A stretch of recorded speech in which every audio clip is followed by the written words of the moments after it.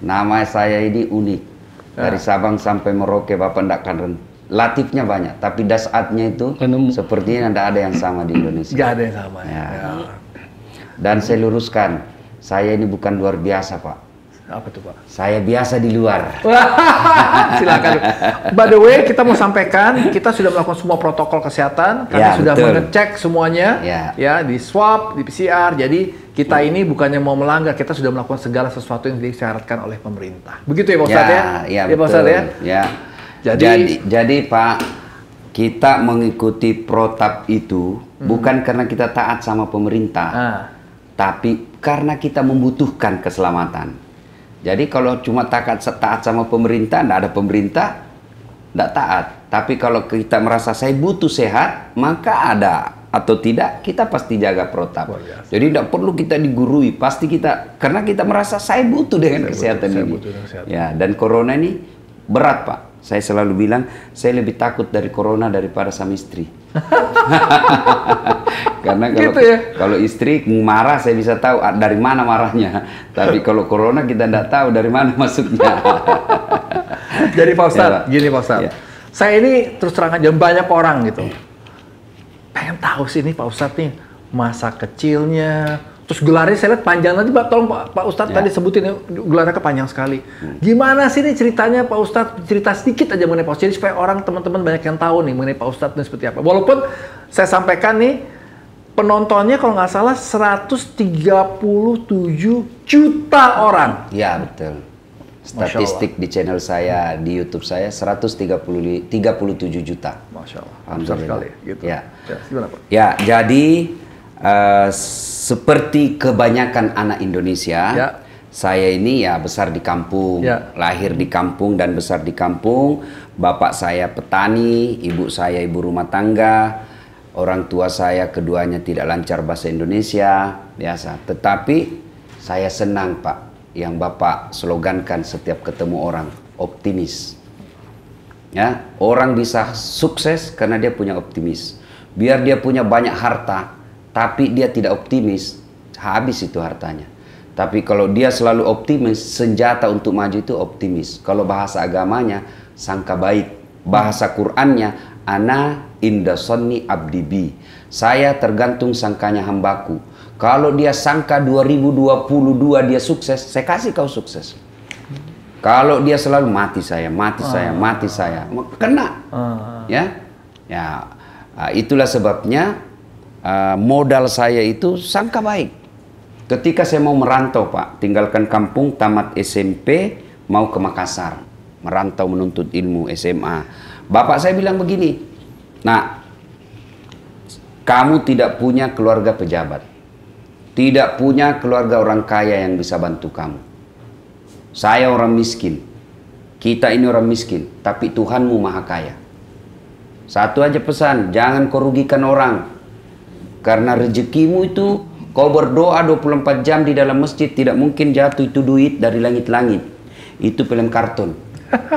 Tapi dari mana duit itu? Dari Pak Yosua.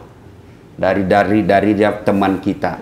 Maknanya makin banyak teman, makin banyak yang bawa duit. Nah, maka percaya, optimis. Saya optimis, datang merantau, tapi tidak cukup hanya optimis. Harus ikhtiar. Beda dengan usaha, Pak. Kalau usaha itu segala cara, tapi ikhtiar segala cara, tapi yang diridai Allah. Bapak mau kaya, tapi nipu, itu usaha. Bapak mau kaya, tapi judi, itu usaha, tapi tidak diridai Allah. Maka saya bekerja, segala macam pekerjaan saya kerja, Pak. Saya pernah menjadi cleaning service 4 tahun di travel namanya Tiga Utama, travel terbesar waktu itu di Indonesia. Ya, 4 tahun saya bersihkan toilet. Ya, saya cuma bilang, jangan gaji saya. Yang penting kalau ada undian umroh, kasih masuk namaku di situ. Nggak usah gaji saya. Sampai tutup itu kantor, nggak dapat.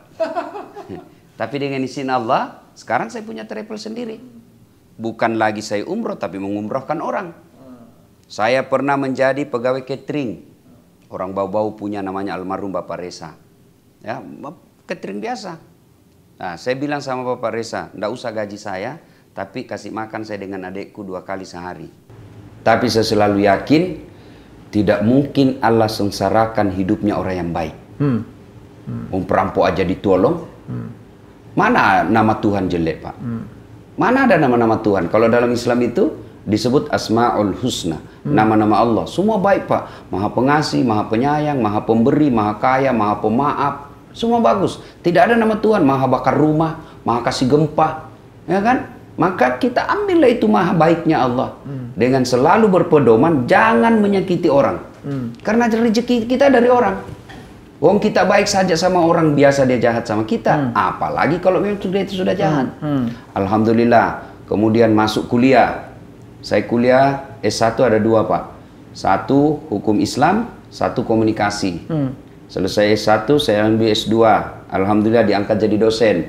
Dosen komunikasi, saya mengajar sampai sekarang. Kemudian ambil S3 juga ambil 2. Yaitu Syariah Hukum Islam dan Komunikasi Politik. Nah, alhamdulillah, makanya gelarnya terlalu panjang. Oh, itu buat gelarnya panjang. Ya, tapi itu tidak boleh menjadi alasan untuk takabur dan sombong dan merendahkan orang yang tidak punya sekolah. Karena sebenarnya di sisi Allah, di depan hadapan Tuhan itu, kita itu yang mulia bukan orang kaya, bukan orang selebriti yang terkenal, bukan. Persepsi kita ini orang mulia kan masih keliru. Yang mulia itu yang ada jabatannya. Begitu hilang jabatannya, kok tidak mulia. Yang mulia orang kaya, kok bangkrut, kok tidak mulia. Tapi apa kata Al-Quran? Inna akramakum indallahi atqakum. Yang paling mulia di antara kalian orang yang bertakwa. Apa itu takwa? 1, tawadu. 2, dia bersyukur dengan apa yang dimiliki. 3, dia tidak suka memakan barang haram. Yang keempat, dia yakin. Optimis. Saya senang itu, Pak. Bapak yang slogankan itu, optimis. Ya, kalau kita selalu optimis, selalu ada harapan. Tapi kapan Bapak sudah tidak punya harapan dan sangka buruk, sudah tidak bisa hidup kita. Tidak boleh sangka buruk. Itu kalimat tidak boleh sangka buruk. Yang banyak orang itu kan menderita karena sangka buruk. Investasi, cari duit sampai miliaran. Dia tidak nikmati, keburu mati. Ya belanjakan duitmu, pakai itu pakaian yang kau bisa. Beli itu berlian kalau ada duitmu. Jangan investasi. Bagaimana tahun depan? Allah Maha Kaya. Allah Maha Kaya, nikmati. Kalau sudah saatnya pakai mobil mewah, pakai. Ya memang kita ini dunia untuk dinikmati. Yang penting syaratnya jangan takabur. Takabur itu apa? Tidak mensyukuri apa prakteknya. Kau menghina orang lain. Bapak punya Mercy, pakai, Pak. Bapak punya berlian paling mahal, pakai. Itu rezeki dari Allah. Yang Allah tidak senang kalau Bapak pakai mahal meremehkan orang miskin. Pakai, jangan sampai investasi. Iya, kalau kita hidup 5 tahun yang akan datang. Ya, jadi optimis saja. 2 tahunnya nikmati deh, pakai. Kau pergi berlibur ke Eropa, ada duitmu, pakai. 2 tahun yang akan datang gimana, Pak? Allah Maha Kaya, 2 tahun yang akan datang lain lagi rezekimu. Gimana anak kita? Anak kita juga punya rezeki. Itu optimis. Jadi Pak Ustadz ya, menarik nih, optimis jangan buruk sangka. Ini apa ada hubungannya dengan dakwah-dakwahnya Pak Ustadz yang selain menarik, sederhana, straightforward, dan humoris, apa karena juga ada unsur optimis membuat orang begitu tertarik mendengarkan dakwahnya Pak Ustadz? Ya, gimana nih Pak Ustadz? Ya benar Pak. Saya selalu mengedepankan dakwah yang konten-konten sangka baik. Nah, ini baru lagi saya sampaikan tadi bahwa saya tanya, ibu-ibu mau tidak bahagia? Mau. Singkirkan sangka buruk kepada suamimu. Berapa banyak istri akhirnya minta cerai karena sangka buruk. Baru pulang suaminya periksa HP. Itu sudah sangka buruk gitu. Saya bilang sama istri saya, untuk apa kau periksa HP saya? Kalau kau tahu misalnya saya ada WhatsAppan dengan teman saya waktu SMA, sekarang kau sakit hati. Kau minta cerai, kau rugi. Kau minta cerai pagi, sore saya kawin lagi. Lebih baik kau sangka baik saja. Sangka baik. Tidak. Baru kita 1 jam di luar, 30 menit sudah menelpon. Di mana kau? Di mana kau? Di kantor. Bohong kau. Coba video call. Itu sangka buruk. Sangka buruk, Pak. Kalau kita sangka baik, telepon istri, suami tidak dijawab. Oh, suamiku lagi meeting. Telepon lagi tengah hari, berarti lagi banyak kerjaan. Sore telepon lagi, berarti mungkin lagi ibadah. Tiba-tiba masuk WhatsApp, saya lihat suamimu bonceng cewek, cantik betul. Oh, berarti lagi nge-grab. Semua baik perasaan. Orang kalau selalu sangka baik, sumber kebahagiaan.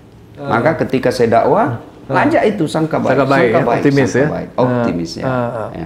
Jadi sangka buruk itu ya atau tidak optimis itu kadang-kadang saya melihat kadang-kadang gampang menghakimi atau melabel orang ya. Kadang-kadang, oh dia jalan sama ini, wah dia pasti begini. Itu sangka buruk itu kan? Sangka buruk. Betul. Nah, ini saya kasih contoh Pak ya, namanya sangka buruk. Biasa lama nggak ketemu. Diwalap, tiba-tiba, Pak Yosua jadi sukses. WhatsApp. Nggak dijawab, WhatsApp nggak dijawab, sombong mulai sangka buruk. Oh, sombong dia. Ternyata sudah ganti nomor telepon. Bawa sangka buruk. Saya kasih kisah sederhana, bahayanya sangka buruk. 7 tahun berkeluarga nggak punya anak. Tiba-tiba di tahun ke-8 dia ke dokter ahli kandungan. Oh, alhamdulillah, periksa. Oh, ibu sudah terlambat 2 bulan. Senanglah dia, ditelepon suaminya. Pak, alhamdulillah saya sudah terlambat 2 bulan. Kata suaminya, alhamdulillah, tapi jangan kau cerita.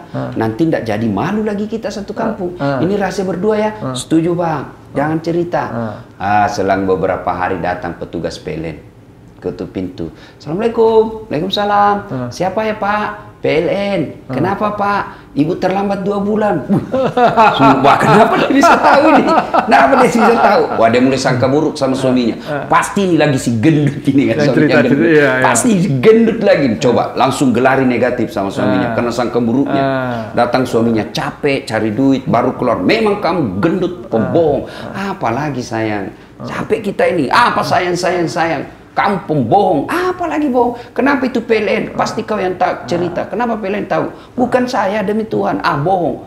Dituduh suaminya, marah pula suaminya. Dia pergi ke PLN.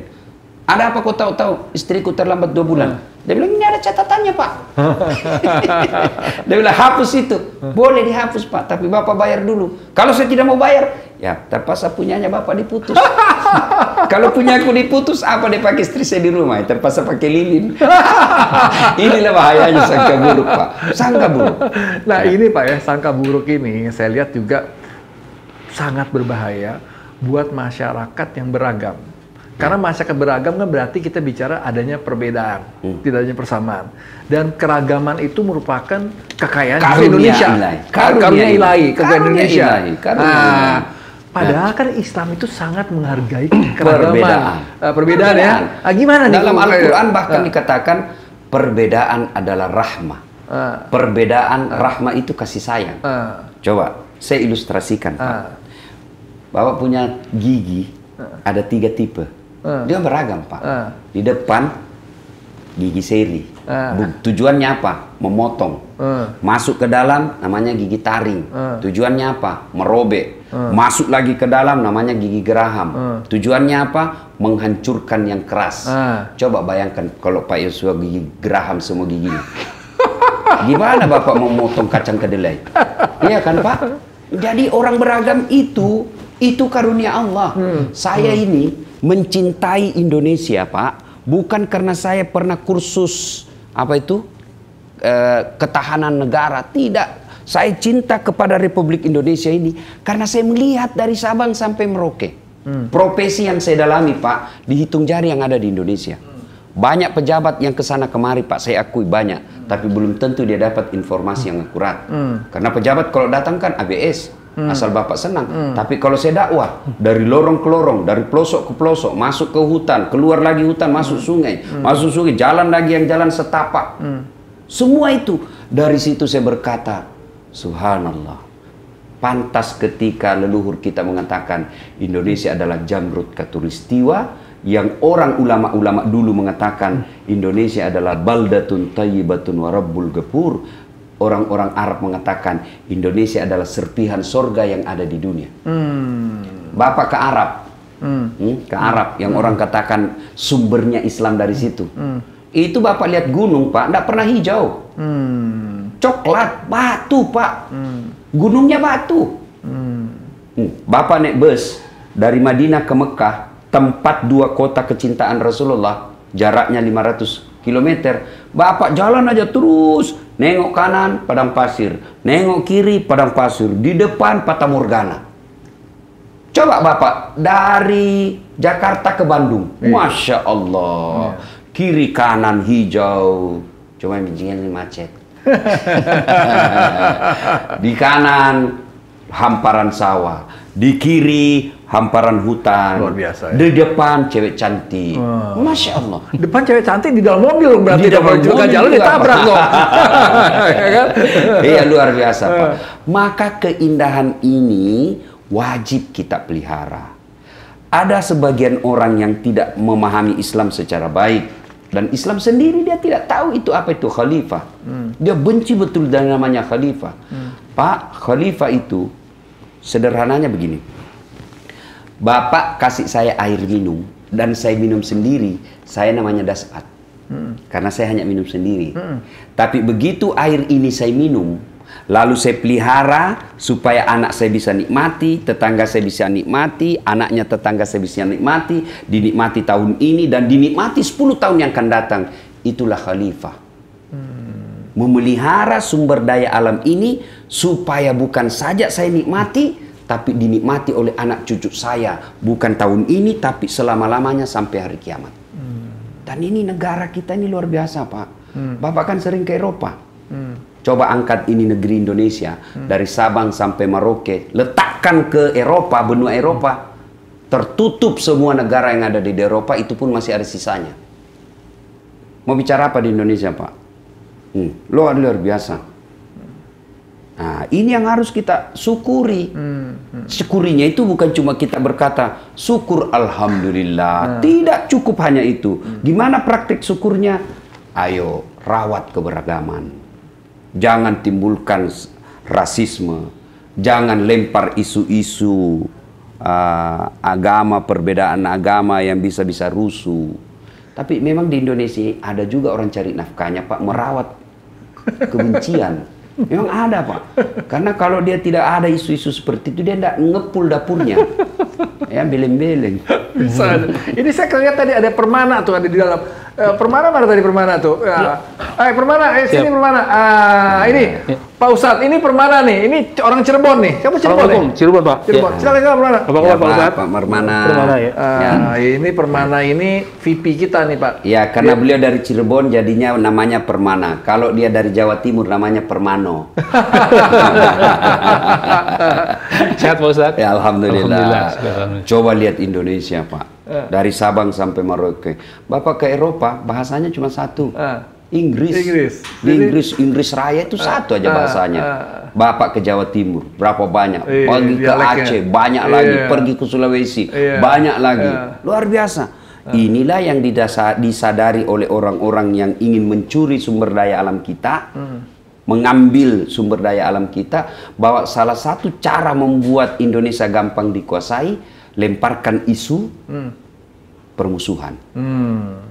Karena kalau kita bermusuh, ini suku ini benci sama ini, agama ini benci sama ini, etnis ini benci sama ini, sibuk kita dengan merawat kebermusuhan itu, maka lupa mengurus sumber daya alam kita, orang dari luar yang ngurus. Iya, betul. Maka kita ini harus, maka saya senang, Pak, begitu Bapak ngajak saya untuk ceramah ini dan Bapak berikan saya kisi-kisinya, saya langsung responsif. Oh, luar biasa ini, luar biasa.